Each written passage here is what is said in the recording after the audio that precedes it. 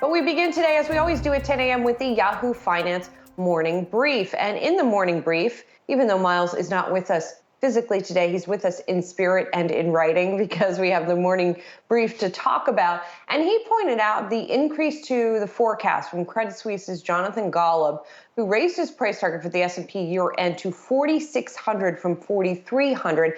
And among other things, he's talking about a theme that we've talked about, which is the idea of operating leverage and margins. Now, we've talked about it frequently because other strategists have talked about the fact that margins might have peaked and might be getting a little bit squeezed as the year goes on. Golub thinks that companies still will have room to increase their margins, expand their margins as the year goes on. So, Brian, it's interesting here. I mean, that's what makes a market, as they say.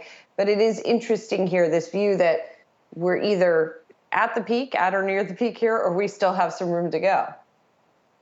Julie, I'm waiting for someone on the street to step up with the S&P 500 5,000 call. It's coming. We know it's coming.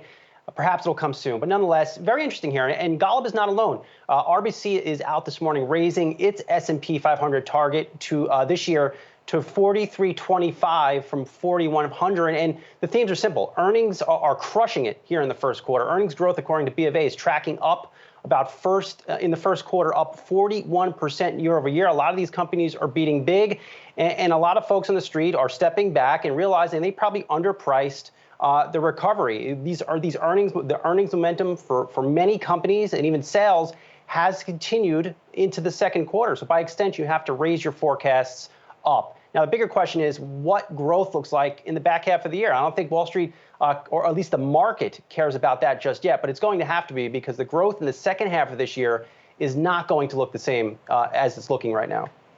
Well, I guess it depends on where we're talking about, right? To your point just a few moments ago about travel and leisure. But, you have to think about growth on the one side.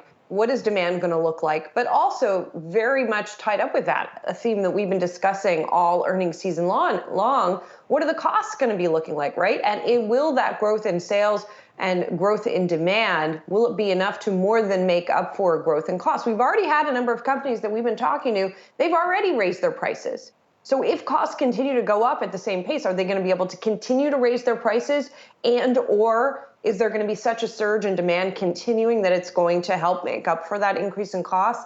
I think that's also a really big question going in the second half, Brian. Yeah, and it's a worrying question. I have a story right now on the Yahoo Finance homepage calling out some new data from Bank of America looking at inflation mentions on earnings conference calls. So far, out of the 303 companies in the S&P 500 that have reported first quarter earnings, the number of inflation mentions is up 800% year over year. Wow. So in terms of inflation, it seems to have boosted first quarter earnings, likely to boost second quarter earnings. But at one point, Julie, do you see sales starting to slow down a little bit and these costs remain at these high levels? That is a potential bone-crushing event for the bottom line of corporate America. Yeah, that's really the question for me as we head into the second half of the year.